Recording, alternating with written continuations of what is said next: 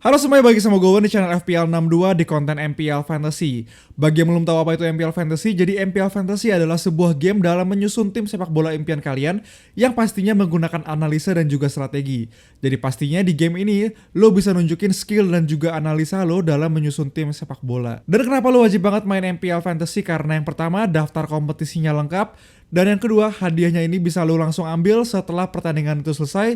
Jadi nggak perlu nunggu satu musim. Dan juga yang pasti terakhirnya adalah nonton bola bakal jadi lebih seru karena lo berasa deg-degan juga nungguin hasil pertandingan berdasarkan tim yang lo susun nantinya di MPL Fantasy. Nah, lo semua sebagai pencinta bola pastinya udah senang banget karena kompetisi Inggris 2021 udah bergulir lagi dan udah memasuki game week keempat atau minggu keempat di sini. Dan pastinya sambil nonton kompetisi Inggris, lo wajib banget coba sambil main MPL Fantasy. Terutama di minggu depan bakal ada pertandingan antara Manchester United melawan dengan Newcastle United. Dan karena di kompetisi Inggris juga bakal ada kontes spesial untuk semua pertandingan di kompetisi Inggris 2021. Dan pastinya di MPL Fantasy sendiri ini pertandingannya lengkap, banyak kontes gratis dan total hadiahnya mencapai puluhan ribu bulan kemenangan atau jutaan saldo GoPay atau link aja. Dan gak sampai situ aja, hadiah yang kalian dapetin itu berupa berlian kemenangan yang bisa kalian tarik menjadi saldo GoPay atau saldo link aja. Dan sekarang untuk satu berlian kemenangan ini setara dengan 200 saldo GoPay atau saldo link aja. Main bola bakal jadi lebih asik sambil main MPL Fantasy karena kalau lu jago dalam nyusun tim, lu bakal dapetin saldo GoPay atau saldo link aja. Buat kalian yang udah gak sabar buat mainin MPL Fantasy ini, langsung aja ke browser HP kalian,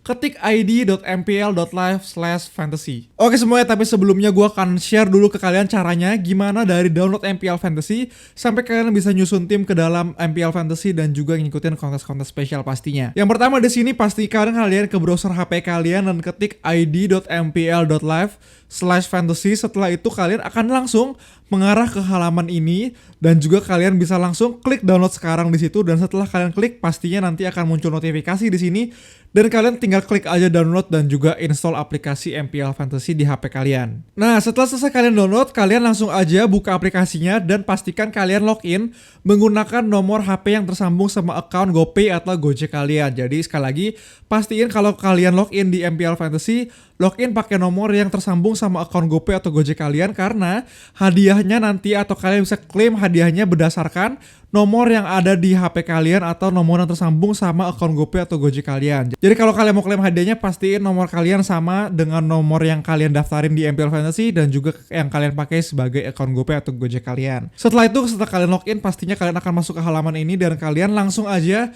ke di sini tombol fantasy di bawah dan kalian bisa langsung pilih berbagai macam match atau pertandingan yang udah ada disediain sama MPL Fantasy. Kayak di sini nantinya pastinya gue akan ngikutin match antara MU melawan Newcastle di kompetisi Inggris 2021. Tapi di sini belum ada karena di sini gue syuting masih jauh banget dari pertandingannya.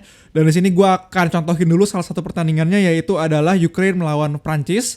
Tapi nanti pastinya gue akan ngikutin MU melawan Newcastle. Jadi nanti kalau kalian nonton video ini dan kalian cek juga belum ada, pantengin terus aja aplikasi MPL Fantasy. Kan biasanya muncul akan kayak seminggu sebelum pertandingan itu dimulai akan muncul di MPL Fantasy. Tapi sekarang gue akan contohin dulu di sini match antara Ukraina dan juga Prancis. Kalian klik aja dan di situ kalian bisa langsung pilih berbagai macam kontes spesial yang udah ada di match tersebut. Kayak di sini misalnya kalau kalian mau hadiah besar banget, kalian bisa langsung masuk aja kontes besar atau kontes spesial di sini yang total hadiahnya mencapai 8.000 berlian kemenangan. Dan tapi gue di sini karena gue contohin doang, gue akan masuk yang ini, yang kecil aja gitu ya.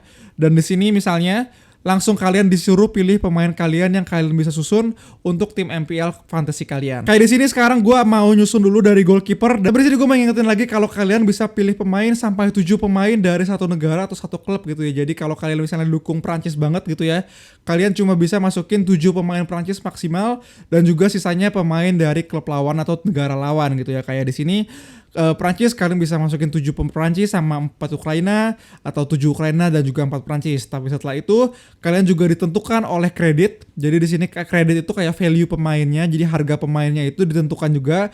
Kalian dikasih 100 di sini 100 kredit dan di sini masing-masing pemain pastinya punya kredit dan kalian juga bisa ngurutin pemain ini berdasarkan kreditnya. Kalian juga bisa ngurutin pemain berdasarkan timnya. Misalnya di sini kalian bisa urutin berdasarkan negaranya gitu ya. Jadi awal-awal Ukraina semua, baru Prancis semua. Bisa diurutin berdasarkan selected only atau banyaknya pemain yang dipilih oleh manajer MPL itu.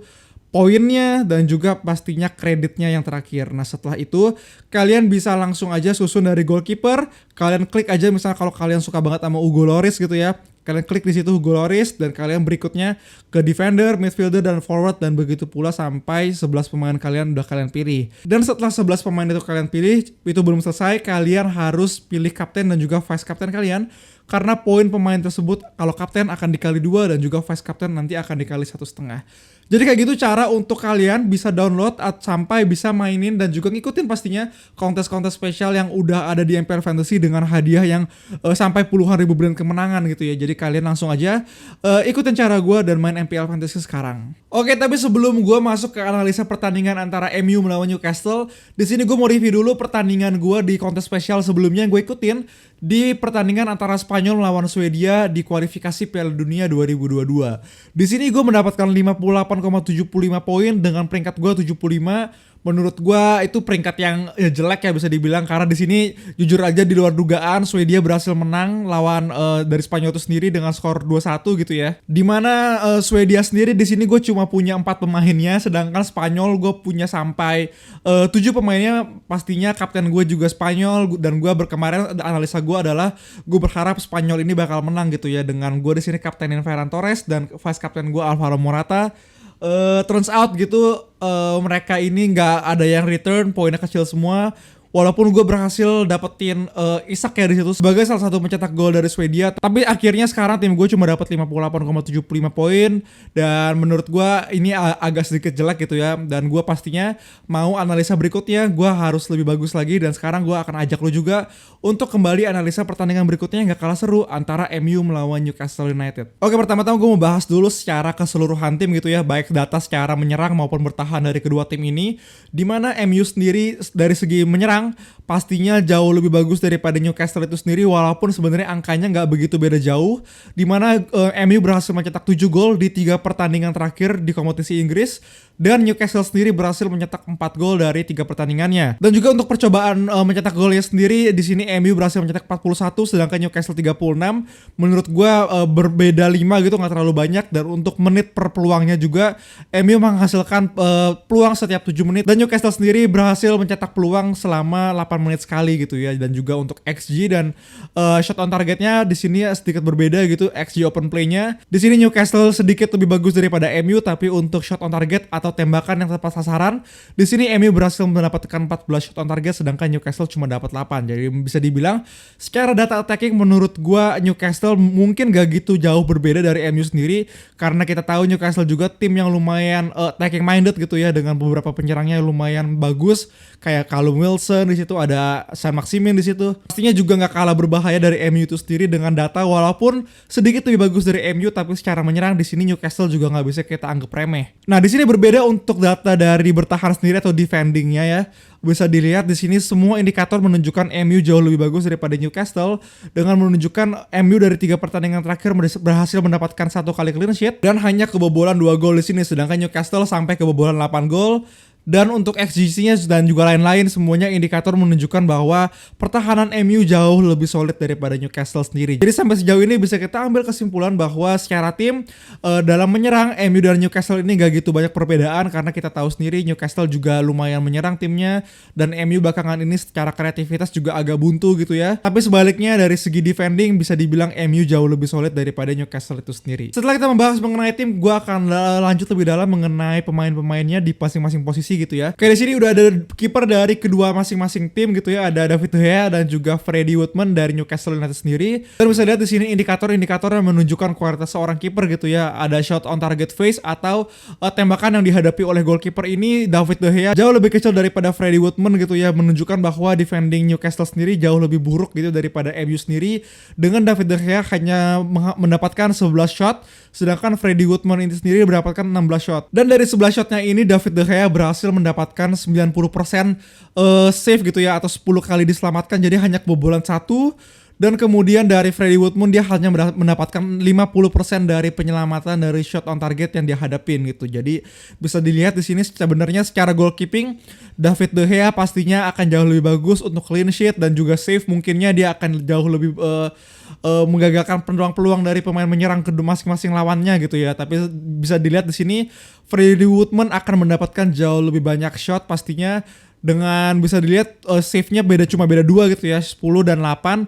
Jadi menurut gue menarik untuk memasukkan Freddie Woodman sendiri ke dalam tim kita, karena kita tahu di MPL Fantasy pastinya bakal dapat bonus poin kalau kita dapat kiper yang melakukan banyak save. Setelah itu dari goalkeeper kita akan pindah ke defender, dan di sini gue udah bawa juga 5 pemain, 3 dari MU dan 2 dari Newcastle, di mana di sini bisa dilihat gue masukin Wan-Bissaka, Luke Shaw, Harry Maguire, Matt Ritchie dari Newcastle, dan juga ada Federico Fernandes dari Newcastle itu sendiri. Dan di sini bisa dilihat ada indikator-indikator yang gue sekali lagi sampaikan bahwa dari defender gitu ya, gue lebih seneng bahwa gue ambil pemain-pemain bertahan yang mempunyai data-data menyerang juga. Jadi di sini pastinya gue ambil indikator-indikator menyerang mereka, karena gue nggak berharap clean sheet doang, tapi gue berharap pastinya attacking return atau potensi menyerang yang mereka lakukan gitu ya. Jadi di sini bisa dilihat 3 pemain terbaik yang udah gue pilih di sini adalah Luke Shaw, Harry Maguire, dan dari satu Newcastle adalah Matt Ritchie. Jadi bisa dilihat bahwa Wan-Bissaka dan juga Federico Fernandes, kedua pemain ini data attackingnya nggak gitu bagus.